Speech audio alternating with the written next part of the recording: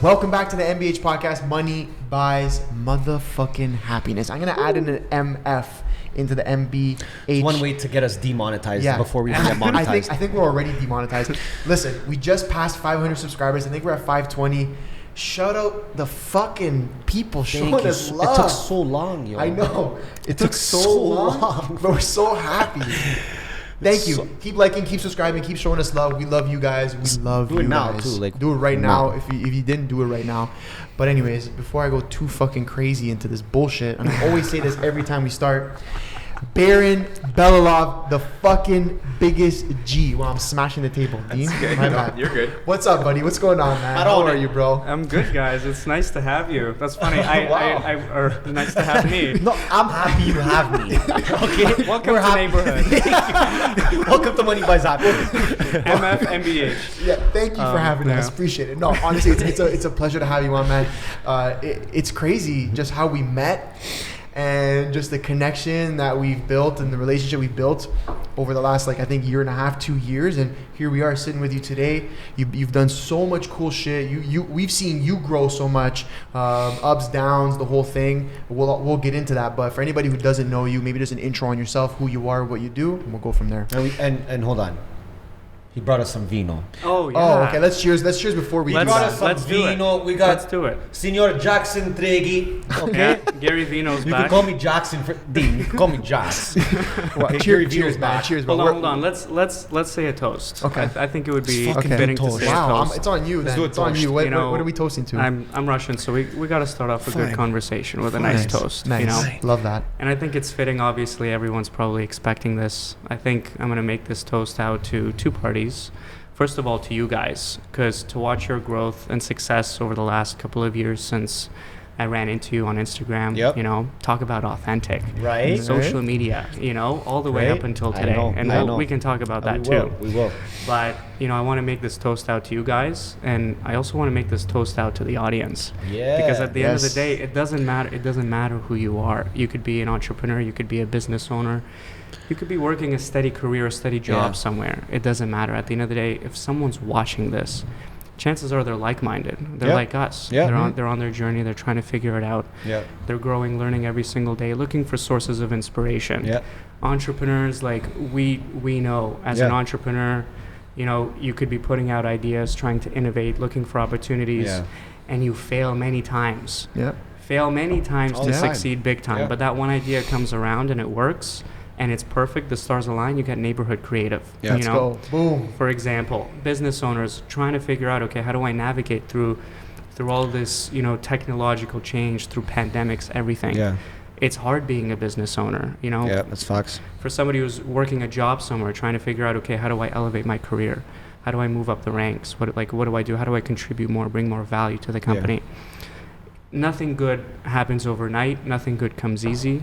It takes persistence, it takes consistency, it takes resilience, it takes sheer unrelenting force. You can't settle for anything less than a win, and you fail many times to get there, and then you finally win, and you just keep going. It's motivation for the next step. Yes, sir. The next Big leap. Facts. So this goes out to all the entrepreneurs, all the business owners, all the people working jobs. It goes out to you boys. Thank you. Cheers to us. Cheers to success. Boys. Cheers, baby. Let's go. You heard that? Wow. Don't start to cry there, Ernest. I see you crying. Well, you know what? He pretty much said everything. We're gonna end it here right now. Everything you just said. Did you get the reel? That was a little long. That was a big reel. We got it. That reel. Yeah, we got it. It's a little long, but we got it. It'll fit. That'd be an IGTV. With that being said, I mean, thank you. We appreciate the love. Let's get into it. Who are you? What you do? All that fun stuff. Yeah. So my name is Baron Belalov. I'm the director of marketing at Pharaoh Real Estate Inc. Pharaoh Property Group, Orchard Row, Palace Row, the condo company. It's all under the Pharaoh Real Estate umbrella. And I'm responsible for the day-to-day online, offline marketing activities, whether it be website creation, search engine marketing, social media marketing, advertising, press, public relations, and you know, a lot of event planning, especially right now as some of our projects are coming to a close and other projects are starting to get launched. Each of our projects is practically a company of its own with its own brand and marketing strategy. So that's all on my onus as well. Jeez. That's pretty much what I do. A little bit of background for everyone. I got into marketing. I had a digital marketing agency I ran with a buddy of mine for about 4 years. It was called Strawberry Media, and it was a fantastic learning experience and pivotal to where I am today. So really, really great and happy for that. Yeah, we'll get into that. First off, dude, like I didn't even know it was like to that extent. Like you were covering all that ground. It's a big right? role. I know Pharaoh. It's Maybe we'll talk about Pharaoh a little bit. I know they're a massive company, massive umbrella. There's so much under them. Some of the biggest, some huge people in the city, partners and whatnot. Let's talk about Pharaoh for a little bit. Yeah. How'd you end up there? Mm-hmm. What the fuck is Pharaoh? Yeah. I know there's so many things under the umbrella. There's a lot, yeah. We'll go from there. Yeah, so it was an interesting journey. I'll talk about what Pharaoh is first, I guess, sure, to give people some context.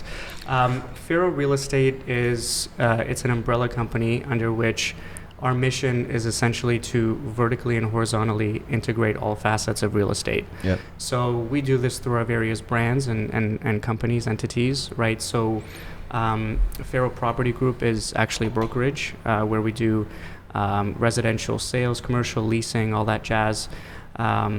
We have an amazing team of agents there that's rapidly growing as well. A lot of people are joining Pharaoh, so that's really great. The condo company is where we share platinum VIP access to pre-construction projects all over the city for our end users and investors, essentially our database.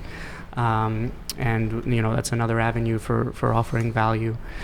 Palace Row is the luxury division of Pharaoh Property Group and Orchard Row, which I'll get into. We do a lot of luxury resale and pre-construction selling as well.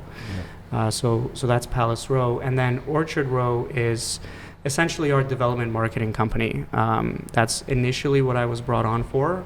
And then sort of from there, the company, everyone saw what I was capable of, and I just looked for additional ways that I could contribute, and we went from there. So they just saw you were such a beauty. They're like, fuck, this fucking such a beauty, dude. This guy's got to oversee everything now. This guy's a beauty, bro. No, but I want to stop you quick. What is vertical integration? Right. And why is it important that you guys are taking that step? So vertical horizontal integration, it's essentially us bridging all facets of real estate. So the reason why we are doing that is because we're really trying to innovate the way that things are being done in the real estate industry. We are trying to find ways to pool resources, to make everything more efficient, more effective, to build efficient systems, workflows, so that we can literally buy a piece of land or help someone represent a buyer or a developer to get a piece of land, and then take it all the way through to development, management, marketing, and sales, top to bottom. Like you literally need no one else. So ideally, you guys are taking a project and handling like the full thing. There's a building in-house. People are moving in, and then we also help people with property management after the fact. So the benefit so it's forever. So benefit to that is a client can just work with you guys. You guys cover everything. Yeah, they don't have to go here. They don't have to go there. Yeah. Okay. So we are able to do that, and we do have thresholds that we aim for, but we also do collaborate with other brokers and outside parties, because for us it's all about creating opportunity. Yeah. One of the big reasons why we decided to integrate is to create opportunity. It makes opportunity much more easily accessible for agents who are trying to switch verticals of what they specialize in. Like, listen, if you've never sold a luxury listing and you can sell this, you think you can move this $25 million penthouse, all the power to you. Let's go. Let's get it done. Right? If you've never sold 10 units at our project, but you're saying you have a couple of buyers, let's see what we can do. There's no shortage of opportunity. We're in Toronto. This is not an extremely densely populated area. If you compare it to LA, like 30 million versus 3 million, we are such a young city. It's facts. Mm-hmm. So there's a ton of opportunity here. We're just, we're open to that, and we love to collaborate and provide opportunities. So that's one of the reasons why. Has it been challenging having that many kind of brands under a mother company? Because obviously a brand has a feeling, right? So to have that many feelings under one feeling, Yeah. right? Like, how has that been? Because I'm sure many people have started brands under It's like you guys have like 7 girlfriends. Yeah. And 7 girlfriends. and And some Pharaoh of has them- bare girlfriends. he has bear girls. And some of them are very very different, right? You're talking about luxury, then you're talking about development, then you're talking about just day-to-day sales, then you're talking about luxury again, right? So It's very different. Yeah. Like every vertical, first of all, we have to keep the teams separate, and although we have pooled resources and we have some overlap, you know, I'll give you an example. If you're in the luxury space, people don't necessarily want to work with a development marketing company that doesn't do luxury. makes sense. So that's why we have Palace Row, Yeah. and in there we only focus on luxury. Yeah. Like our resources are they're pooled a little bit where Yeah. we use a CRM, and Of course, we have yeah. marketers who Yeah. are they're creating content, graphic designers, whatever. Of course. But we also have project managers, and they're working with 2 different focuses. Yeah. So they're always keeping the niche in mind. Exactly, because when you're speaking to an affluent audience, for example, it's totally different, you Yeah. know. And then even within Orchard Row, if you're speaking to end users or investors, Yeah. depending on the project, Yeah. it's also totally Completely different, different, right? yeah. The marketing has to be different, the Yeah. sales approach is different. So it's complicated, Yeah. but I've never shied away from. Yeah. I was gonna from say, that. I see you as the guy that like you're down for that. Yeah. Like it keeps you It's moving. a challenge, right? It's a challenge. And actually, like now touching on, let's say you in Pharaoh, Mhm. how has it been? Because I can imagine, like we've met some of the team members and stuff like that. How has it been? I imagine you're probably one of the youngest guys, if not the youngest guy there, and you're not in like a little dinky position. You're in a very respectable, high up position in the business. You have authority. You Yeah. have authority. So how has that been? Being like on the younger scale in terms of the people that are part of the business, but also having the authority of some of the people at the top who are probably, I can imagine 30 years older than you, let's say. Yeah. How has that been? Because I know a lot of people, friends of ours and stuff, who have taken bigger roles or higher up positions in corporations, where they got people that are working under them that are younger, let's say, and they're kind of like, yeah, it's weird to sort of tell them like what to do or try to give them guidance or whatever. How's that been for you? So it's been interesting. I think Strawberry Media was huge because Kingsley and I were the youngest guys in the company. Like we were growing a team, and everyone was older than us. Maybe a couple interns we had, but that's it. When I came over to Pharaoh, I mean, for me, I've always just been great with adults. My sister raised me, and there's 8 years of difference between us, so that actually really helped. I imagine it helped. Of course, for sure. Probably. But when I came in, for me, and as somebody who ran an agency for 4 years prior, I'm just thinking, okay, what value can I offer? How can I contribute? How can I make this better? That's all I'm thinking. Of course.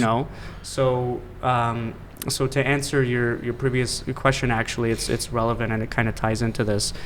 How I got to Pharaoh, my best friend and one of the top performing agents, Naveed Rashid, he calls me one day after I decide to dissolve Strawberry, and he says, "Dude, we need you. I got you in touch with our project director. She'll reach out to you ASAP." I'm like, okay, perfect. At this point, I started my website. I branched off into consulting. I figured, this is what I'm good at. I enjoy doing it. I'll just do it. So I was going to go into consulting, and then suddenly, Natalie calls me, and she's it's like a soft conversation. We didn't really schedule our interview yet.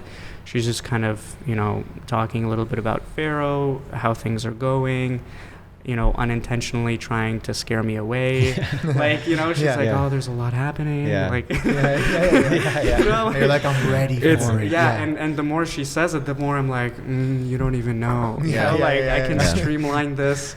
So I start asking her a couple of questions. I'm like, okay, let's get an interview set up and whatever. Now, I haven't been interviewed for a job in I don't know, I can't remember, Bank of Montreal, midway through university. It's been a while since I've been interviewed.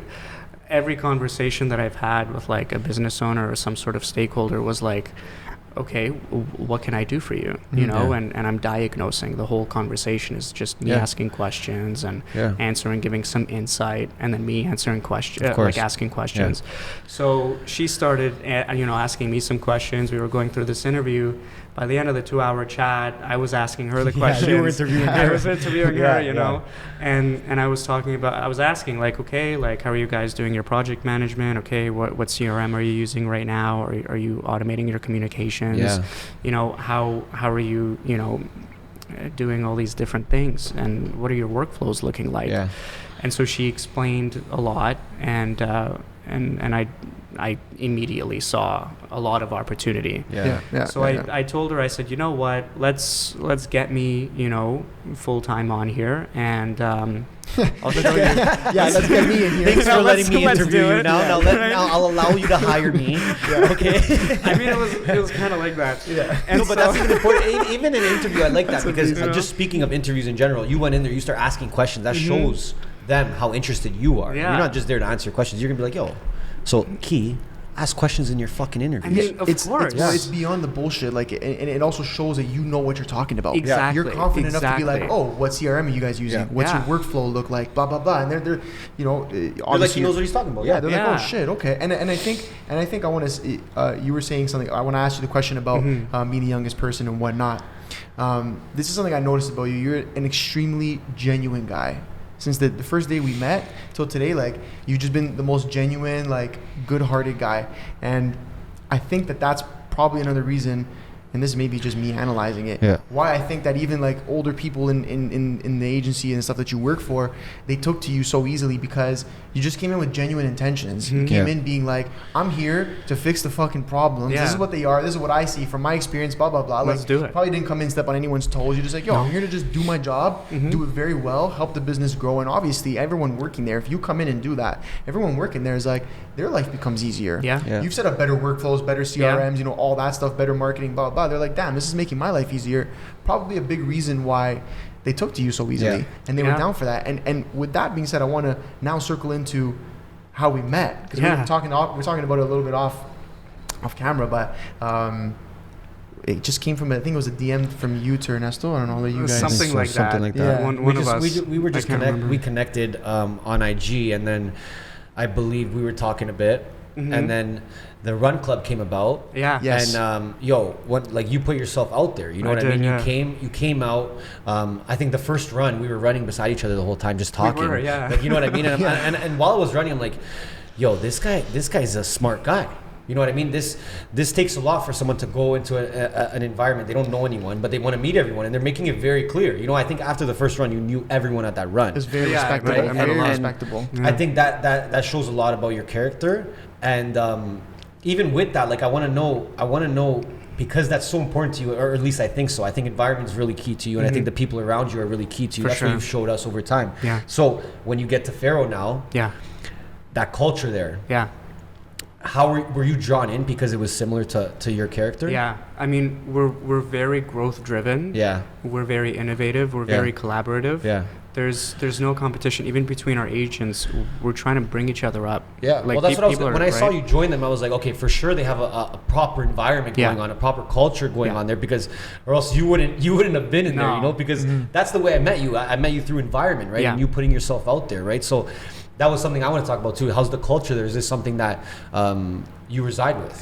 Yeah, so the culture at Pharaoh, and the reason why I love it so much is because it takes a pretty specific group of individuals with a very diverse skill set and expertise, of course, to do what we're doing. Yeah. Like, we're audacious enough to be trying to do this. Well, People would call us you're crazy. covering a lot of bases. Yeah, and we're taking leaps, and only because we have the right people involved, and we're all very passionate about what we're doing.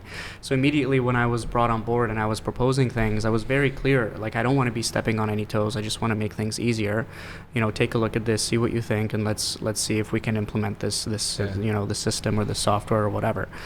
So that and people were open to it. You know, everyone was open to it. We gave it a try. If it worked, it worked. If it didn't, it didn't. Typically, it did, and then we implemented full force. But everyone being open to it is already something great. That's already something big, because typically people are like, "Oh no, we have our way of doing." Oh, we things. have our ways already. You know, yeah, the classic. And that's that's how big companies fail. Yeah. That's how companies stunt their or go out of growth. style. There's exactly. Well, I think that speaks to Pharaoh, and like you said, like the whole like the fact that how audacious you guys are to tackle everything, like to say that you're trying to vertically or horizontally integrate real estate, dude. Like real estate is fucking That's a crazy. massive There's industry. There's so moving many pieces, moving pieces. So I think that probably speaks also to the culture there, that like the fact that they're even trying to do that, it just shows how innovative they are, how smart they are to bring on someone like you, younger, different mindset. It's an open-minded approach where they're adapting based on what their environment is telling them to do, which is huge. So that's how you need to be. I can only even imagine, like, now within all the little facets of it, like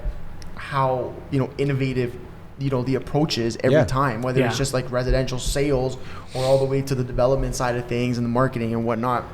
That's crazy. That's to make insane. a change. You gotta be open-minded. You have to be. It's interesting. When I initially I was running an ad. It now it's being recognized. It's a finalist at Build for the best advertising campaign. Wow. This is a couple of months after I waltzed into Pharaoh. I walked in. I started building our in-house team. And I'm like, okay, guys, like I want to run a campaign, and I want to be very transparent, very honest with our audience. I want this ad to speak to exactly who we need to speak to, nobody else. If the numbers don't make sense for whoever's looking, keep scrolling. I don't want to waste money on anybody. I just want maximum juice out of our dollar. Of course. Yeah. So they appreciate that for sure. They do, because you're marketing to people. People forget this. You're marketing to human beings. You're not marketing to machines. You have to understand people. You have to. You really do. Exactly. Yeah. So I literally put the price per square foot in the ad. Yeah. That's ridiculous. Yeah, no one does that. Yeah. That's too transparent. Yeah. But is it though? No, it's not. Because I'd be down to see that. I'd be down. Exactly. Yeah. In my opinion, it's not too transparent. But any other builder, they'd be like, no, we have to get them to subscribe. We gotta suck them in first, which is not genuine. Not genuine. Talk to our agent. Yeah. Causes friction. Yeah. And then our agent gives them a price list, and based on the price list, they have to do the math and figure out the cost per square foot.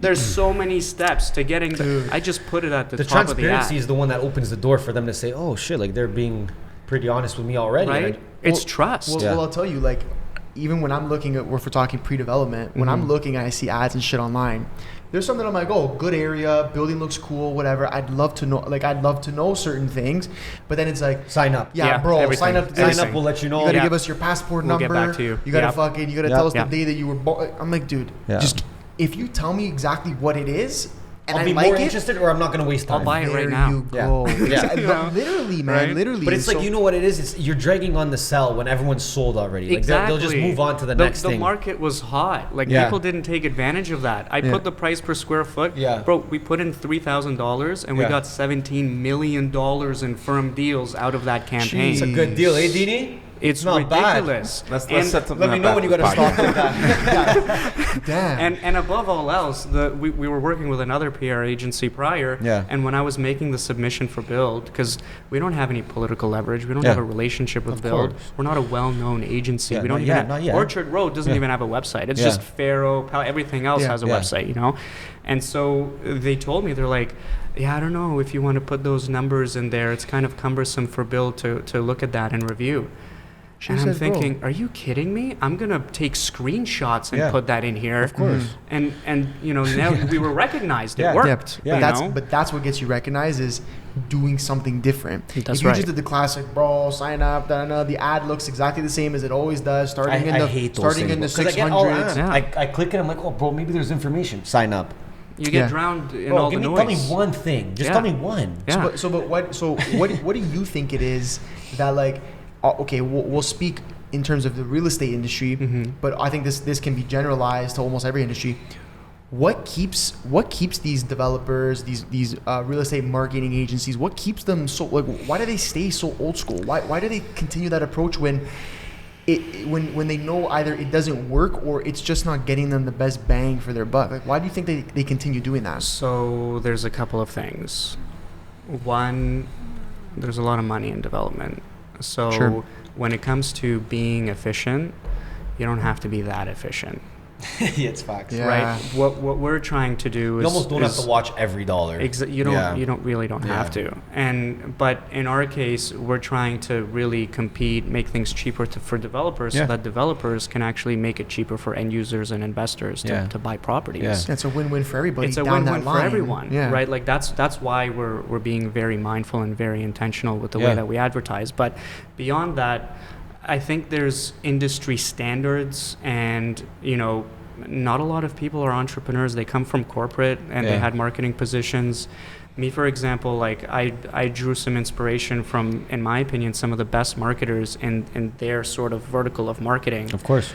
And as a result, I try to take this holistic approach to marketing. So it's not just performance driven, because creative, branding, messaging, putting the price per square foot, like that also translates into your performance. Yeah. A lot of performance driven marketers don't really care about bolding text in a caption. Yeah.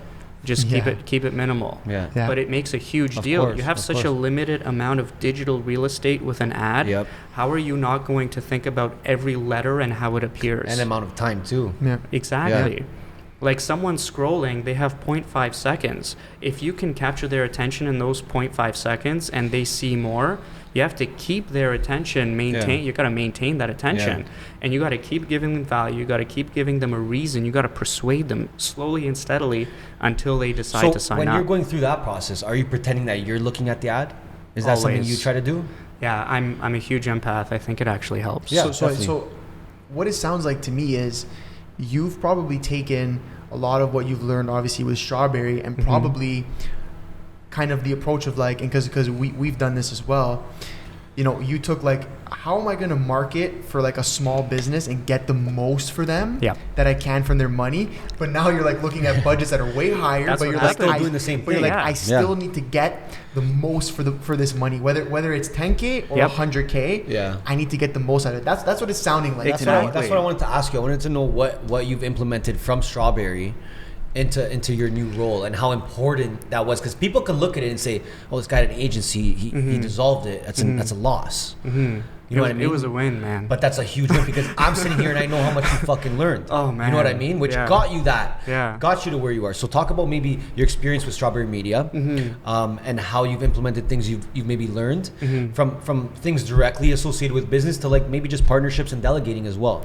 Okay, long-winded answer. Yeah. Sorry about that, bro. No, it's good. Instead of one question, it turned into 5. Yeah, sorry. But answer all 5, please. Honestly, question here. as long as it's valuable for the listeners, I love to share the story. So there's actually a lot that can be learned from it. With Strawberry Media, why I even decided to leave the bank and go into digital marketing. My friend Kingsley told me he was starting a digital marketing agency. And this was when I was at the bank. There was actually like there was a specific thing that happened. I was a bank teller before I got into. Me too. Were you? Yeah. At which bank? TD.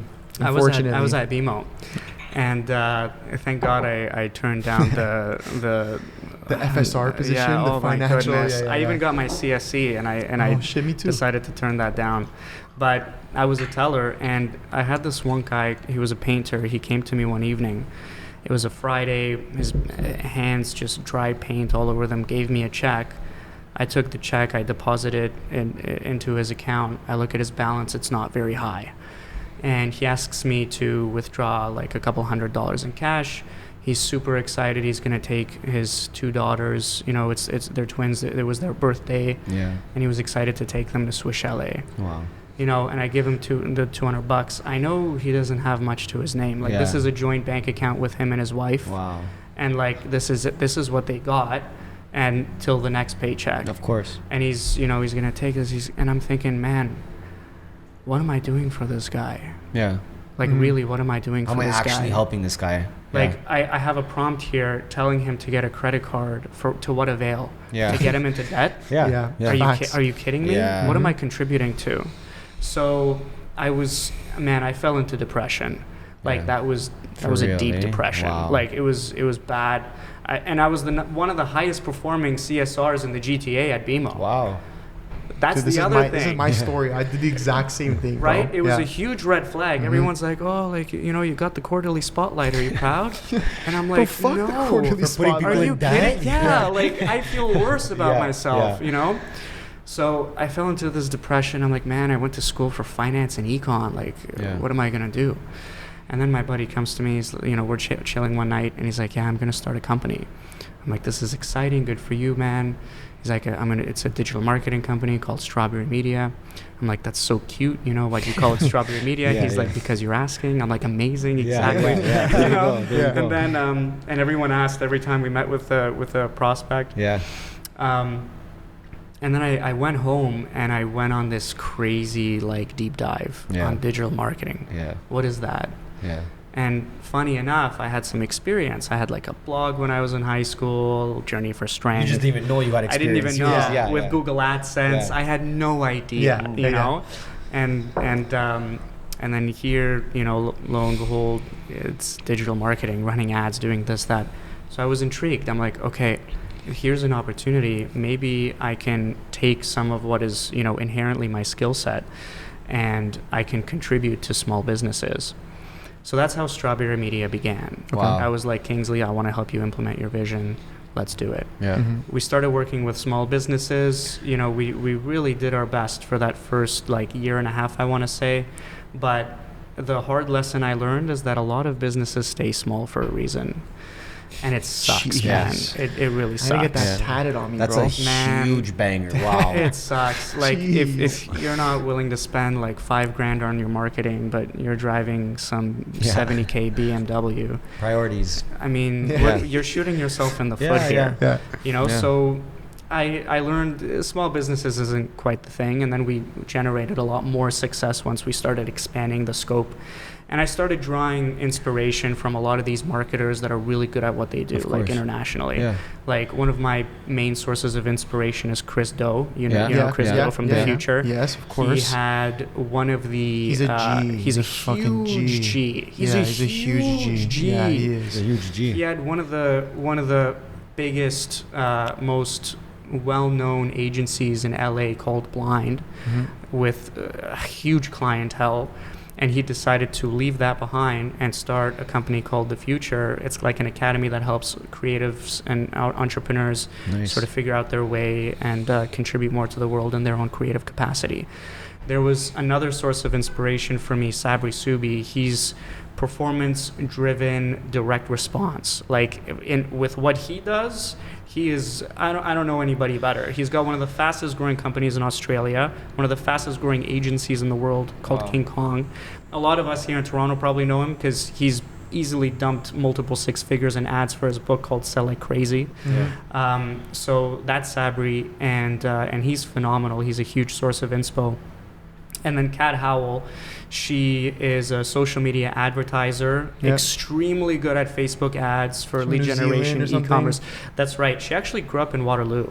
Oh shit. Yeah. So and then she moved there, and when she came back, right before the pandemic, to visit her mom, we actually got fish and chips. Nice. Me and Kat. It was phenomenal meeting her. Yeah. I saw her ads, and I actually messaged her too. Cool.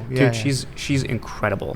Her academy, I don't know if it's still called Digital Distillery. I think it might be. It is, yeah. She's sick. I took that, and then every new digital marketing specialist we onboarded at Strawberry, I got them to take her course. Oh, amazing. So it was ongoing. Like I was paying that monthly subscription because it was worth it for us. Of course. Yeah. So she really taught me how to.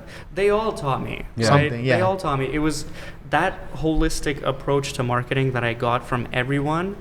That is why with Strawberry Media we decided to kind of, leverage the best of both worlds. Yeah. Because creative, branding, messaging, it's great on its own, sure, but what does it do for your bottom line? Yeah. Performance driven, direct response, data driven, it's great for your bottom line, but does that really increase the lifetime value of each customer? Or Maybe your brand, not. or your brand. You need or your brand. You need loyalty. You need people to align with your brand and to associate certain values with your company. Yeah. So if you take that holistic approach, you're really benefiting from everything.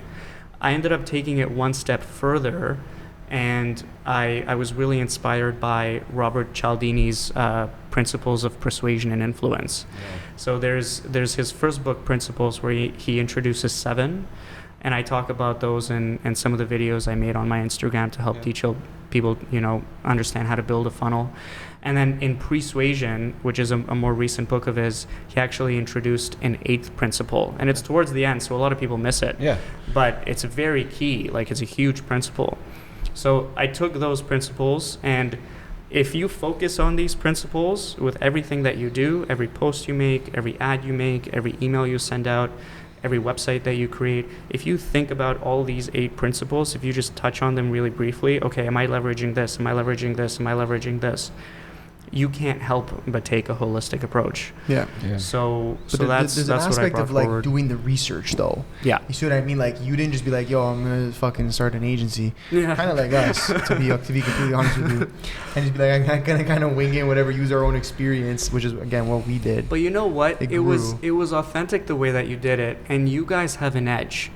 I think that community management is at the core of what you guys do, and you're so good at it. You're so good at it. Thanks to this guy. Like all thanks to this guy, though. I mean, honestly. but it's implemented because of both of you. The way that it's executed on, it's not just this guy. It's you too. No. Like I will say, from a community management perspective, like the structure, and the way it came, it really came from him. Obviously, that passed off to like me and has gone through the ranks, right? To all our employees and stuff.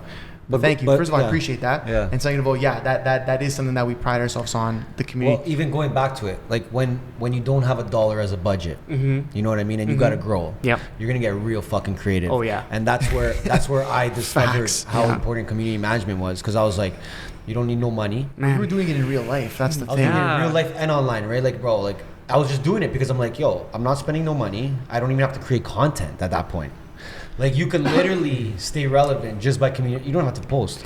There's three principles that you leveraged by doing that: consistency or commitment, unity, and social proof. Yep, that's what you leverage. You have to see, like, every other week in here, all our account managers all sit down. Everyone goes through like their 2-week numbers, impressions, reach, engagement, all that stuff. How much time they spend on their phone? How much time, dude? We swear to God. So on Instagram, they even, I don't know if it's new. We recently found out, like about a couple months ago, you can see like how much time on a weekly average you spent on an account, on a certain account, on a specific account, on that specific phone. Yeah. So we're able to track how much time they're spending. That's interesting. So well, we'll show it to you after this, and you'd be surprised. We like some of our accounts are doing like 300,000, 400,000, 500,000 impressions a month. Zero ad spend.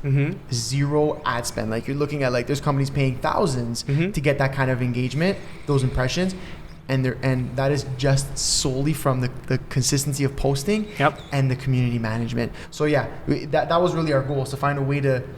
Because, bro, when we started this thing, and I'm sure the same thing with you for Strawberry, like, dude, the clients you get don't have money. Yeah, they don't. You know what I mean? Not when you start off. Yo, I want to be the next Coca-Cola. Here's $5. Yeah, here's $500. Make it work. And the thing is, Baron, we never said no. We never, especially at the beginning. Neither did we. We never said no. We're like, now we say no. Yeah, now we say no. But now we can say no. Thank God. Yeah. But dude, like we had like retainers where we're running a whole social account. Yep. Losing money because we're paying somebody to do it. We bootstrap too. I dude, get it. Like $300 for the month, and it was like they were expecting the world. We were scheduling posts every day, community management, blah blah blah. We just never said no. But it's so much sweeter, like you said, man. Once you get to that position where you have a bigger budget to work with, you're doing bigger things. You're always keeping that bootstrap mentality, that organic growth mentality in your head, and that is something that you needed to do at a certain point in your life. Yep. And a lot of people never needed to do that, so they'll never understand it. Exactly. You know what I mean? So for you to bring that mentality in, they might have never even thought about it. Even if other marketers in the industry are seeing my ads, they're probably thinking, that's probably not working well. What is this? Yeah. If they're getting our emails, they're probably thinking, what's all this fluff? Yeah. Where's the jot notes, Yeah. the point Yeah. form, how many units there's in this building? Yeah. I'm thinking, why does somebody need to know how many units there are? Yeah. You look at the exterior rendering of the building, you can ballpark. There's Yeah. 200 to 300 units here. Yeah. What do you want to know about? You want to know about the story of living here, Yeah. the environment, the Location, neighborhood amenities, yeah. There you go. location, Hey, right? bro, give me the fucking price per square foot, bro. Exactly. You know what I mean? It's- Just give me the straight goods. Mhm. Yeah. Give me the straight goods. And I think that, you know what it is though? I think it's also like you said, with bigger budgets come more bullshit Yeah. generally. Yeah. Right? So that's even for like us, when we're given a bigger budget, sometimes we're not even spending it all. And like that's maybe for us that's we're losing money, you know, for neighborhood, for the business, but we're giving the client more. Yeah. And that's like keeping them forever. And I think like in real estate, like you said, when we're talking these big budgets, hundreds of thousands in whatever the case, you know, for whatever the whatever it is that you're producing. So much fluff. It's like, hey, bro, we're gonna bring in an extra in production. We're gonna bring an extra light guy in. Bro. Yeah. You don't really need him, but it's like, hey, bro, it's my cousin. And Yeah, it's like, yeah. bro, fuck you. Yeah. This is what the budget is. But if I can spend half of it, why would I not do that? Yeah. Like the clients can be so much happier. So again, I think that like in especially in your industry, the big budgets, these other marketers are probably looking and being like, what the fuck are these guys doing? Seriously. Yeah. And have you had anybody come back to you and kind of be like, what the hell's going on here, type of thing? Yeah, man. So Yep. literally on, oh gosh, yeah, on Friday, one of our agents was wondering. He was like, what's going on here? I'm seeing these emails. What is this? He's criticizing it, you know, and he's messaging me and like our digital marketing specialist, and he's like, what's going on here? What's with these emails? Yeah. You think anyone's gonna go through with these emails? What is this? And so I sat down with him. I went on to HubSpot. I'm like, dude, listen, I really appreciate your feedback. You're an agent. You've been doing this for a long time. There's always room for improvement. Yeah. I wouldn't have gotten here if I had that mindset of, oh, I'm the best. Oh, I'm right. Yeah. Oh, this is right. Yeah. I could even be the best. Yeah. There's always room for improvement, Yeah. always an opportunity to innovate and do something new. Yeah. So I just open it up. I'm like, look at the numbers. Look at the click-through rates. People are reading this more than your emails. Yeah. We're getting less unsubscribes, less bounces. Yeah. Yeah. What are you going Proofs to in the say? pudding. You Yeah. need, Proofs you in the need pudding. different perspective looking at those things, right? At the end of the day, Yeah. what matters to me as a marketer is how the audience actually engages with what we put out, you know? So, and you have experience with that, man. yeah. You've how many times have you put out an ad and you're like, that didn't work at all? Like I'm talking about strawberry now. You're like, fuck, okay, I'm not doing that again. That's for sure. And then we just kept revising, adapting, overcoming, rinse and repeat. Yeah. And okay, so I want to ask you now a little bit, going back to it. You're in a position obviously where you have to delegate now. You know what I mean? This is not like your own agency. This is, you're in a position you have to delegate. No matter if you like it or not, For sure. you can't take more work on, you have to delegate. So delegating to me is probably one of the more important things as an entrepreneur that you have to learn along the lines and sooner or later implement it. Yeah. So how has that been for you, especially being in an environment like where you're one of the youngest? So delegating is extremely important. Yeah. Because when it comes down to it, whether you're an entrepreneur or a business owner, even somebody who has a higher level role at a company, you can't be doing everything. First of all, you're gonna burn out, but you shouldn't be doing everything because your primary focus should be, what can I do to bring in more business? Or grow the business, Right? Yeah. And even everything that you're delegating, even these tasks, if you're delegating a social media post, how is this post going to bring in more business? Yeah. How is this email going to bring in more business? Every detail. Everything has to bring in more business. That's your primary focus. But at the end of the day, who actually goes out and gets more business? Who pitches? I mean, you gotta. Right? So as a business owner, especially if you want to be on top of your business rather than to be consumed by it, Sabri Subi actually talked about this in Sell Like Crazy.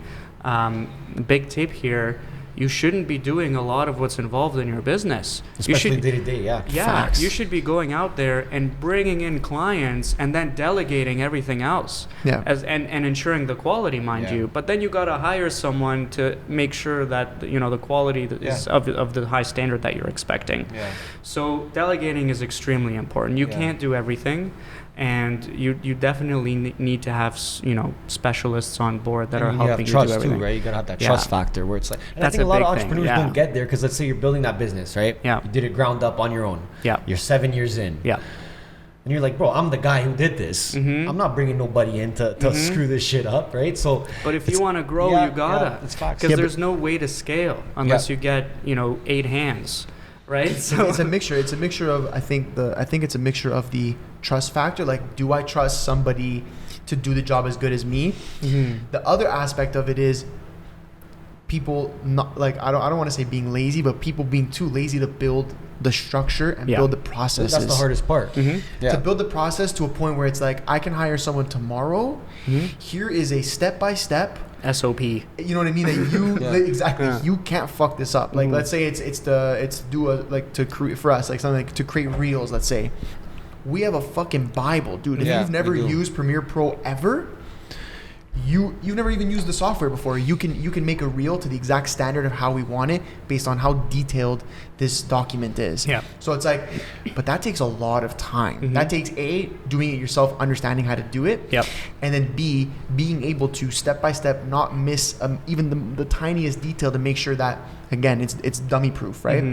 I think it's a mixture of those two things. It's a preparation, but a lot of people don't grow because before bringing someone onto the team, they don't do that type of preparation. And then they'll be like, okay, well, to bring him on now, it's going to take all this work and this and that. But if you were prepared, you can pop him in and out, no problem. You make them watch a video that you create, and of course, you want to make sure the person's character matches up to what you need. Right? You want them to be genuine, hardworking, honest people. But other than that, just go through the motions and you'll get it done. So have you come on and actually hired or brought more people onto the team at Pharaoh? So the first thing that I did when I came on board was I looked at all the software that we're using, all the systems that we've been implementing, and I created sort of like a proposal on how we should change that and like a recommendation. You're talking about on each vertical. So what? So like CRM? So like CRM. Yeah. So like, we're using Follow Up Boss. It's, at scale, it's going to get expensive.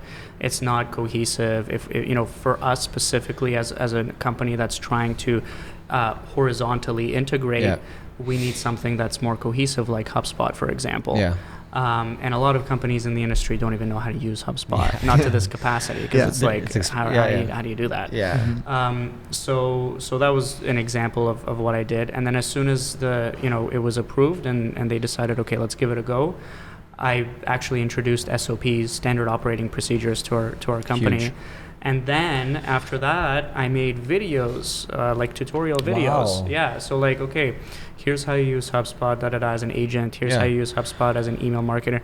And then I started hiring, and it became easier for me to hire because I sent them links. Of course, and that's it. And watch it, bro. By the time you meet them, they already know what they're supposed to be doing. And then they view 2.5 hours, this video. I don't have to talk for 2.5 hours. That's where people miss out on. Sometimes it's a time saver. Yeah, and sometimes missing something too. Like if I'm preparing this, in the 2.5 hours you're watching this tutorial, you're getting a very condensed, concise, valuable version of how to use this tool. Yeah. It's not like I would have to ramble for 5 hours to get that kind of so now to make that 2.5 hour tutorial, that took you fucking a month for sure. Like, you know what I mean? And I'm never doing it again. Yeah, but that's what I'm 100%. But you had to put in work to get that done. You're like, this is gonna take more than me actually sitting down with one person, because I'm gonna make it so that this is a.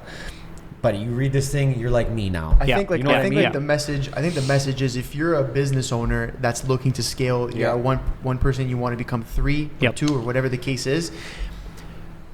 Think about the position you're hiring for. Do a step-by-step procedure of how the fuck you do that role. Yep. Take your time on it. If it takes you a month to do it, take your month to do it. But hiring would be so much easier, because then when you're going to hire, you just have to look for someone who's A, competent, and B, someone who fits the culture of your brand and your business. Yeah. Other than that, boom, they're plugged in. Here's a step-by-step how to do exactly what I want you to do. Go at it. Yeah, a general rule of thumb, when I was hiring, I actually wasn't really looking for people who already had like a very polished skill set. Like when I was hiring someone that's gonna like grow. Someone who's gonna grow. Yeah. So I, for example, when I was looking for a digital marketing specialist, I put out an ad on Indeed. Yeah. There was about 80 applicants. Wow. Maybe I got in touch with some of them.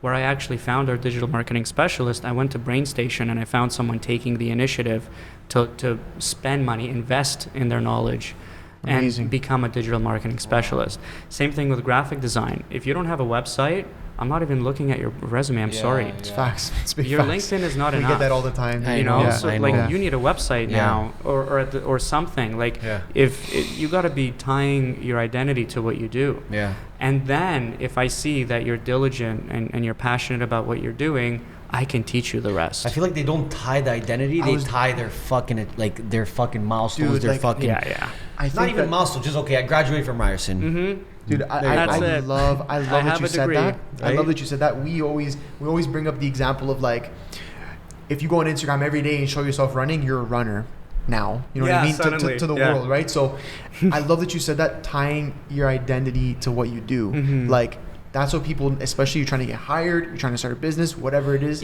Yeah. Be the person you want people to see that you are. Be the person that you want people to think that you are, to take you for. Like, exactly. If you want to be known as a runner, run every fucking day, post on Instagram. You want to be a digital marketer, you want to be a graphic designer, build your website out, invest the time, invest the money, and it's very minimal, by the way. Yeah. Put a website together and then start reaching out to Pharaoh, start reaching out to neighborhoods, start reaching out to agencies, this, that, whatever businesses. People don't want to tie their identity to who they are. They want to go on Instagram, and which is like your portfolio nowadays. Like we've hired people based on like the work they put on their Instagram, like. Or the way they just spoke to us. Like, but like you want to straight up. We'll use graphic designer as an example. Go on your Instagram, post your fucking work, and then just DM us and say, hey, look at my work. And if it's good, I promise you we're gonna hit you back and be like, yeah, let's go. Come in for an interview. Which our interviews are never really real interviews. Me and this guy are just talking shit the whole time. But like, you know what I mean? That's the best interview. Smashing spros. Exactly, smashing spros. But like, tie your fucking identity to who you want people to see you as. Yeah. People want to say I'm a graphic designer, but then their Instagram is pictures of flowers and a dog. It's like tell me more. Popping bottles. No one's gonna know, you know, what value you if they were bring. popping bottles, I'd be down. You know what I mean? Like, no one in the outside world, the business world, is gonna see your value. They're not gonna understand what your value is. Exactly. I think also when you look to start delegating, because we're talking big scale right now, we're talking about Pharaoh. It's a big company. You know what I mean? There's so a lot. if you're solo out there, like I always say this to you, and I think I've tried to implement it as much as possible. Is just like when you're trying to find someone to delegate to or hire someone new. Look at what you do day to day. Write it down. Yeah. And this is what I like to do. I like to find the most tedious, boring, mindless work, and that's what's going first. Yeah. Why? Because it's tedious, it's mindless, it's boring. Yeah. And I know how to step by step show them how to do that. Yep. And I don't need to trust them to a certain extent to be able to do that tedious, mindless work. And that's how they're going to prove it to me. But in return, it's like, take away the tasks day to day that you know you don't need to be part of. You know, don't give them the hardest thing. No. Yeah, exactly. Give them the easiest thing and start with that. If they can do the easiest thing, then you start to build them, right? That's exactly it. Yeah. When you're delegating, you want to start with small steps. This is what I found works best. Yeah. Is you teach them something, see how they do. With creatives, I actually want to see what they do first. Yeah. And then I give them feedback. Then I give them feedback, and then we start to apply it. And as you teach them to do more and more, you add to their responsibilities, and eventually you start to teach them how to delegate. There you go, right? And then and they've seen it from you. Yes. Exactly. Right? And we've done that too in house, where it's just like, yo, we'll train you. We'll train you. We'll train you. Next week, you're training them. Yeah. You're training that person. And that's a big step, is then teaching the people in the business how to delegate, like how to teach. That for us was something that we've really taken, I think, the last, I'd say 5-6 months to really focus on. You know, we're a pretty decent sized team here, but our core people have been with us since, like, you know, very early, the longest, I'll say. They've now begun to delegate, and so that's when you really see growth in the business, right? When like the people below you are starting to delegate, they're starting to take roles and feel like they have a certain level of expectations of the people below them, or the newcomers to the business, or whatever the case is. That's a big thing that people they miss out on, and why like you said, why small businesses stay small. That's a big thing, and I think it's a mindset thing too. Beyond all the delegation and all that stuff, like, if you don't picture your business being a 50-person business it's not gonna get there. Whatever exactly, like, or even you coming into Pharaoh, sure, maybe it's not your own business, but I know for damn sure, based on our relationship and me knowing you as a person, you walked in there and you're like, yo, I'm gonna build this fucking from the marketing department to 100 people. Yeah. Because if I get this 100 people, this business becomes a $1 trillion business. Which is a mindset you probably only have because of Strawberry Media. Exactly. Right? Because if you went to school, if you did the whole step by step, you get there, you don't give a fuck how much money Pharaoh makes. You're there to do your job, go home and sleep. Exactly. You're getting paid the same. Exactly. You see what I'm saying? So to have you, technically an employee, but a very high up employee, caring about budget to the extent that you do is huge, but they can only find that in an entrepreneur. Caring about budget in general, because I think that's something that now if we're not talking about entrepreneurs and we're talking about someone who just went to school, whatever, which is fine if that's what you want to do, and then went into the corporate world. Yo, go into your job and do it fucking right. Yeah. Go in there and actually with pride, man. With pride, Yeah. go in there with pride and go in there doing the best job you can do. Literally. Because it really speaks to the person that you are. Yeah. And whether you stay with that business forever or not and you go to work for another company, like, yo, the level of recommendation you're gonna get when you're making that switch is gonna be so much higher. And trust too, because think about it. If you save your team $30,000 in one type of project, negotiate on your salary, and you show them, right? Get another 15K. But I'm just saying, imagine you did that. Now you're bringing it to your higher ups are looking like, yo, why does Baron even care to save us money?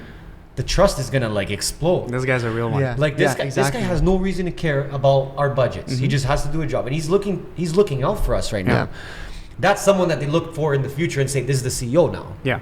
Because I don't want to work anymore, but I trust him. And I trust him. And I think that's a big reason why, people come out of school, they're not taught that. They're taught to just, get the job and try and do your best and try and just like move up the ranks. But it's like, be genuine. Actually give a fuck about what you do. If you're starting at the bottom of the totem pole, how can you make your position more valuable than it was when it was given to you? Yeah.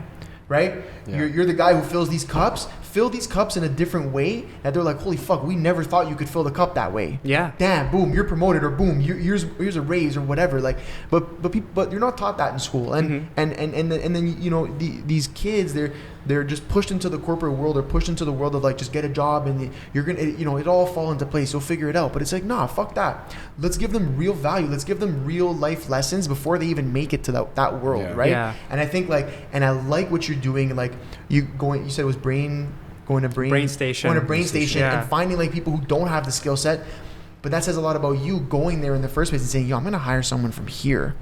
Not polished skill set, but someone that I can mold and build to eventually take my position. Yeah. So then I can fucking move up the ranks too, right? Exactly. And to whatever the extent is. But it's not taught enough. Yeah. And I think that people in positions of power in corporate settings or even business owners don't put enough emphasis on making sure that the people who work for the business, work for them, whatever the case is, are truly genuine. And that's why a big thing with neighborhood and me and this guys, when we'll call it interviews if you want.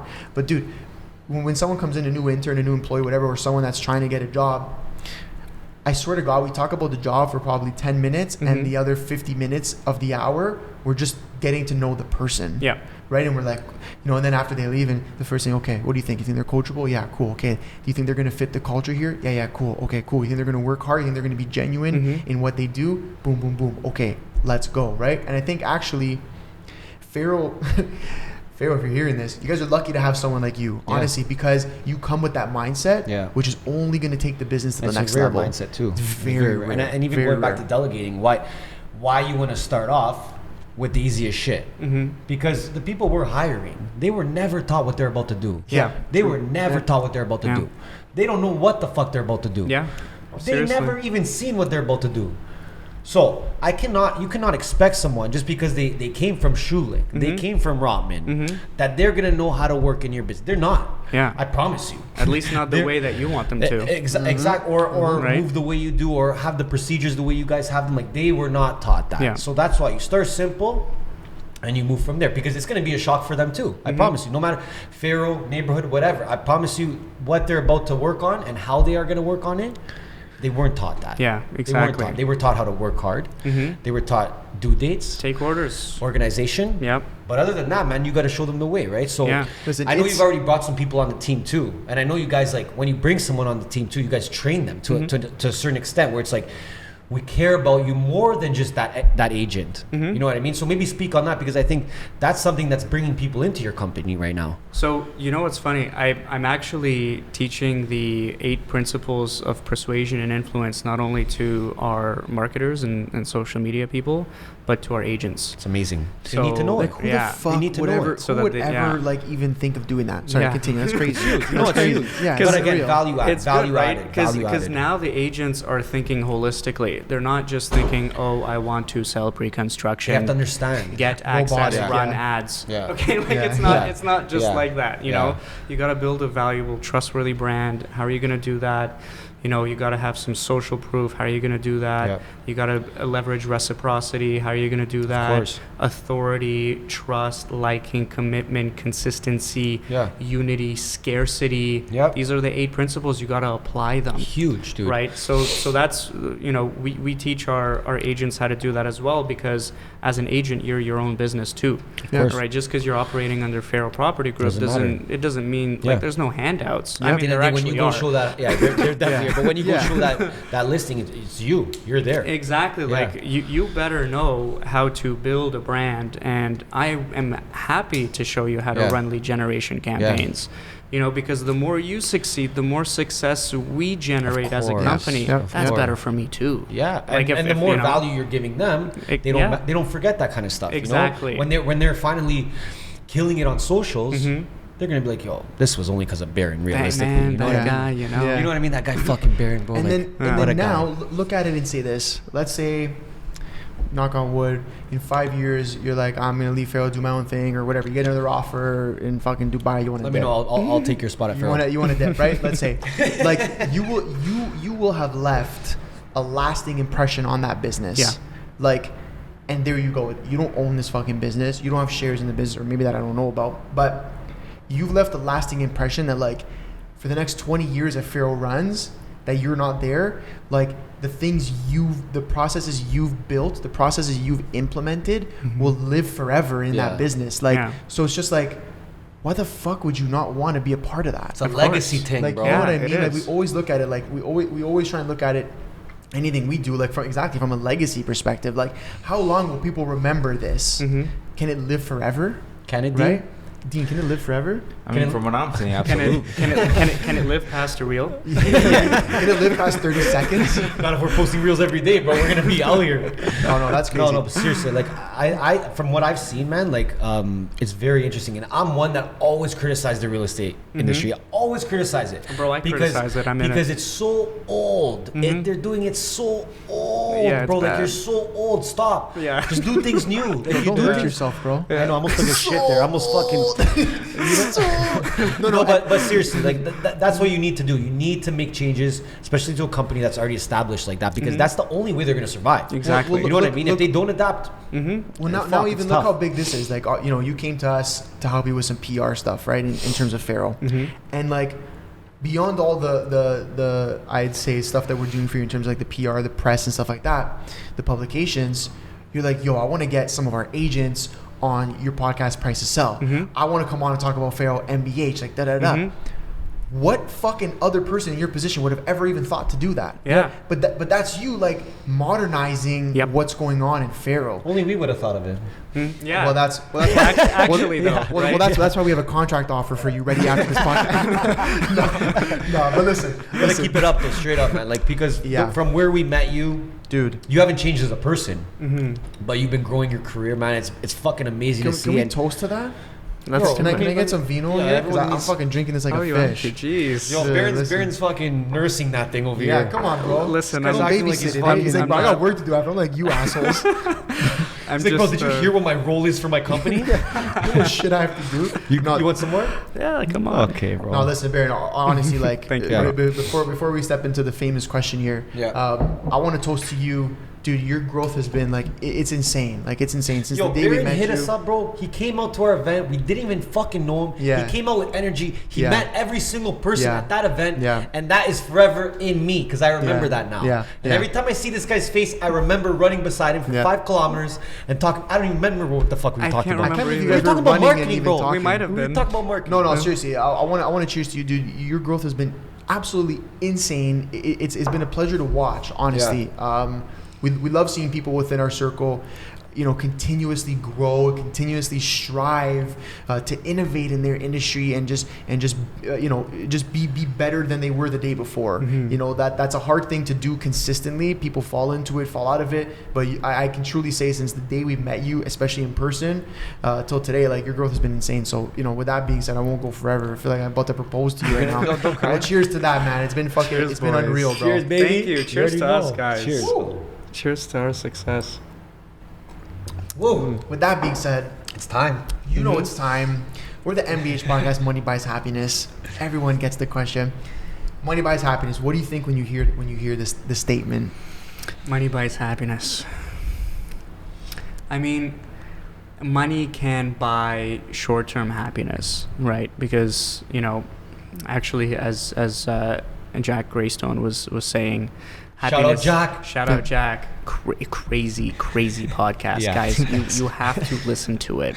Jack is so cool. Yeah, he is. coolest guy. He's super down to earth, but he said that happiness is an emotion, and so you can get that sort of short-term pleasure by buying something, getting a bottle of wine, getting a new car, a new watch, whatever. But at the end of the day, what actually drives happiness? For me, for a lot of people who have money, I think it's purpose and fulfillment. I think it's actually doing something that you align with, something that you love, something that you feel good about because it helps other people too. Yeah. And if you're on your purpose, if you're on your path of fulfillment, if you're doing everything that you can, learning, growing every single day, contributing, offering more value to everybody around you, constantly, consistently, and you're doing so with passion, money's gonna come to you. You're just gonna magnetize money. It's gonna come in hot. It's gonna come in hot, suddenly. Yeah. It's gonna be thrown at you. Yeah. And you could be like Jack and decide to try and experiment and go broke, and it'll still fly at you. Yeah. Because at the end of the day, we're on our path. Yeah. We're not. Money is not the motive. We're not chasing after money. Yeah. But it's the tool that we use, and in order for us to fulfill our purpose more and more, we need more of that tool, and so it comes our way so that we can do it. Yeah. Yeah. I like that. Agreed. Damn. I like that. Woo. This guy's hitting us with some fucking facts right now. Damn, you said a lot of things. Like, we're gonna have too many reels for this episode. Like straight up. Like I don't know what we're gonna do, but listen. With that being said, man, it's been an absolute fucking pleasure to have you on. Again, we love to see the growth. I'm sure we'll have you on again. We'll give it some time so you get some time to grow a little more. We'll have some more to talk about. But dude, keep it up. You're a huge inspiration for us. Seeing what you've done, it's amazing. I think a lot of people are going to take a lot of value Big chat. from this conversation. Thank you, boys. Again, pleasure. Thank you for having us on your podcast. Thank you for having us on the podcast. Really appreciate it. You guys were great. You did great. I was worried.